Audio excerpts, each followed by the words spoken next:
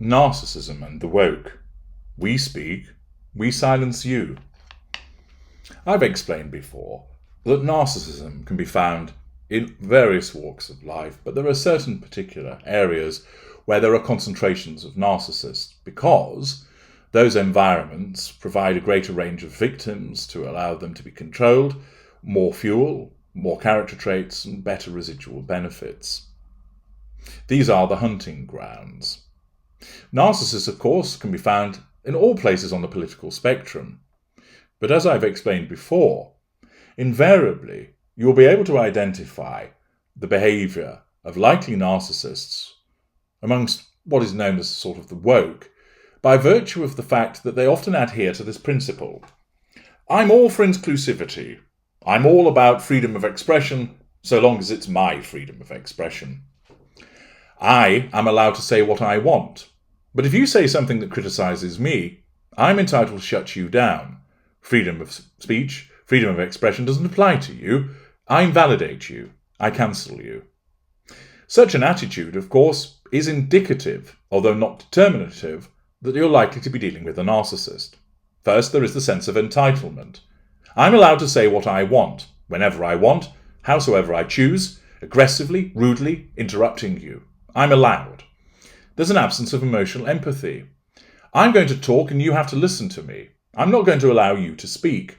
That shows no emotional empathy for the people affected by the diatribe that is issued by this individual, and nor does it show any emotional empathy for the individual by shutting them up. It shows a lack of accountability for the behaviour. I'm allowed to talk, but you're not. Do I see anything wrong with that? No, I'm allowed to do this. There's haughtiness. The individual is dismissive. They're arrogant. They show grandiosity with the monologues that they engage in, the way that they prejudge situations, the high-handedness by which they assume moral authority with regard to their arguments and views, and that everybody else must be wrong. It demonstrates a manipulation, the talking over of people, the cancelling of them, the silencing of them. It shows poor boundary recognition. I can talk when I want, and it doesn't matter if I interrupt you. It doesn't matter if I talk over you. It shows various dynamics of the narcissistic interaction. I can talk, you're not allowed to. I'm in charge, you're the done to. I'm special, I'm important, I'm self-absorbed. I assert control over you by talking over you. I nullify your threat to control by interrupting you and trying to silence you. You will see this behaviour repeatedly amongst those who are labelled as woke, because what they do, unlike your right-wing narcissists, who essentially state, you are not allowed to speak because this behaviour is deemed dangerous, and it is for the greater good of the nation state that such subversive views must be stamped out because they don't accord with the party line. It is more obvious the totalitarianism that it is engaged in. Whereas on the left-leaning side of matters, amongst the woke, it is almost done from a sense of goodness.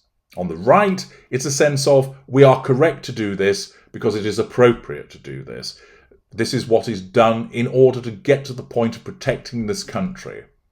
That we must not allow such dissension and such seditious observations to be made. It isn't done under a cloak of goodness, it's done under the auspices of necessity. But on the left, amongst the woke, similar behaviours are dressed up with some kind of bizarre moral authority. That they are done that I am a good person, and I am acting on the side of good by interrupting you because you're evil. I'm shouting you down because your views are unethical and evil. I am not allowing you to speak because I am on the side of righteousness and goodness, and I'm allowed to say what I want to say, but you have to shut up and listen. In fact, you have to shut up and be repeatedly silenced. You will have seen this repeatedly on social media, in mainstream media, in interactions that have taken place. And we have another example of it that has been reported by the Mail Online by Jen Smith, where she explains a mob of the best and brightest shouting down a federal judge. Trump judge who was heckled by woke Stanford law students and staff says none are fit to be lawyers. Not only is the behaviour of the individuals shouting him down questionable, but it is the ringleader that comes under special scrutiny in this article.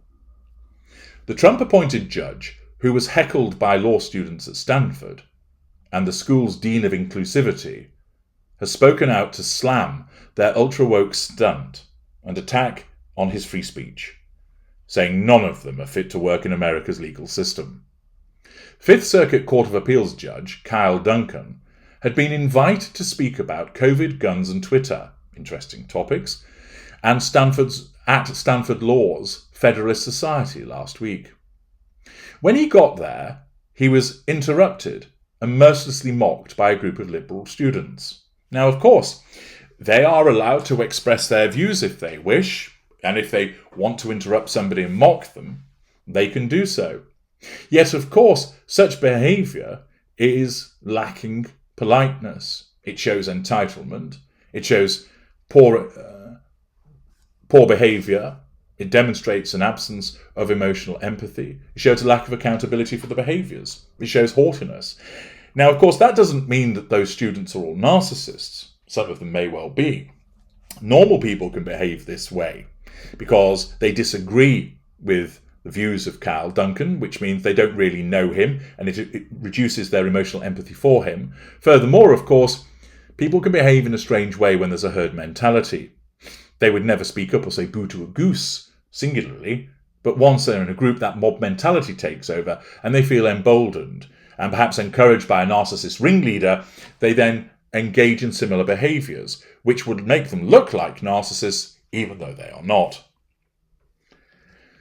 The article explains that they were egged on by the school's Dean of Equity, Tyrion Steinbach, who took to the lectern in an effort to humiliate Duncan, a conservative judge whose opinions on same-sex marriage, trans rights and reproductive rights have stoked controversy in the past.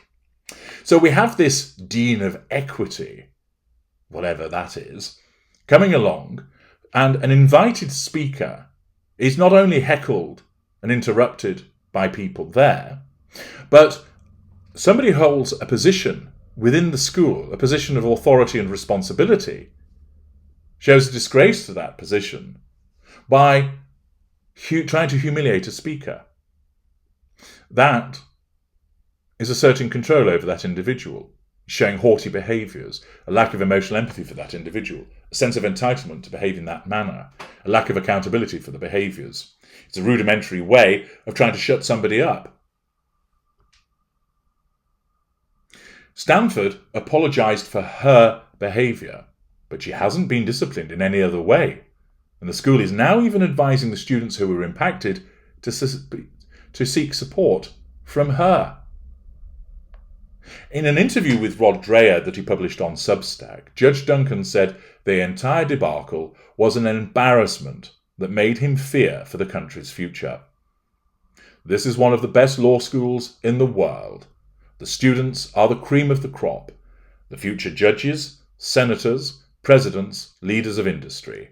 And yet here is a mob of the best and brightest shouting down a federal judge who's been invited to campus, and thereby demonstrating that they don't have the foggiest grasp of the basic concept of legal discourse.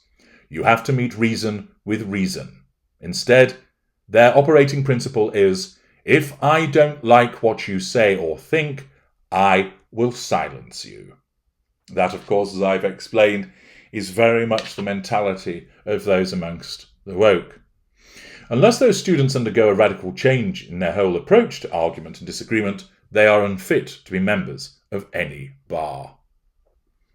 He said he sympathised with the other students who had gathered to hear him speak, but who missed out on the chance. The attack was intimately personal and frankly disgusting. If I talked to a dog the way those students talked to me, I'd feel ashamed. This demonstrates that insult was also used in the assertion of control over him. He added that the entire sorry episode was like the therapy session from hell. Acting Associate Dean of Students, Jean Miro, said in an email that is now circulating on Twitter, There is much to process about Thursday's event and its aftermath, but the focus of this email is to provide you with resources that you can use right now to support your safety and mental health. Once again, this strikes me as a rather namby-pamby ridiculous response to this behaviour. Rather than hauling the offenders in front of some kind of disciplinary committee and explain to them that your behaviour is wrong, unacceptable, and you are to be punished, it's rather, we're now going to give you the resources to support your safety and mental health. I am so sorry that you are having to deal with this difficulty at all. Please reach out to any of us here at SLS if you would like support or if you would like to process last week's events. She then listed Steinbach and her email address. Students writing for student newspaper The Stanford Review are calling for her to be fired, as is Judge Duncan, who said Steinbach and the others treated the other kids in the room who had gathered to hear him speak like dog shit. Don't feel sorry for me, he said. I'm a life-tenured federal judge. What outrages me is that these kids are being treated like dog shit by fellow students and administrators, he told Free Beacon. In their article for the Stanford Review, 3 students said it is unclear what Stanford plans to do to prevent such disruption in the future. Firing Dean Steinbach is a good start. The university's apology will be completely meaningless unless concrete actions are taken to rid the administration of anti-speech zealots. In her attempted takedown of the judge, Steinbach moaned, "It's uncomfortable to say this to you as a person. It's uncomfortable to say that for many people here, your work has caused harm. And I know that must be uncomfortable to hear. It must be. I'm also uncomfortable because many of the people in the room here I've come to care for." Once again, the false compassion of a likely narcissist, and then the denigration of an individual who's been invited to speak by not allowing him to speak. It was explained that she didn't actually specify what exactly she was upset with about him, which of course demonstrates, once again, the vagueness that many narcissists use. I'm simply offended by your presence, but I'm not going to explain to you what it is, because her narcissism doesn't allow her to do so. But it appears that Duncan is viewed as a villain by the LGBTQ community, and therefore, rather than actually listen to what he's got to say, the simple fact of his presence means I'm going to attack you anyway, because your presence offends my need for control. This response and behaviour is indicative of many aspects of the narcissistic dynamic, of manipulations, a sense of entitlement and absence of accountability, and is demonstrative once again of showing you how certain individuals who are narcissists use the cloak of supposed respectability, compassion and caring in their position here as Dean of Inclusivity to actually behave in a manner which is completely contrary to the position that they hold out towards others. I'm H.G. Tudor. Thank you for listening.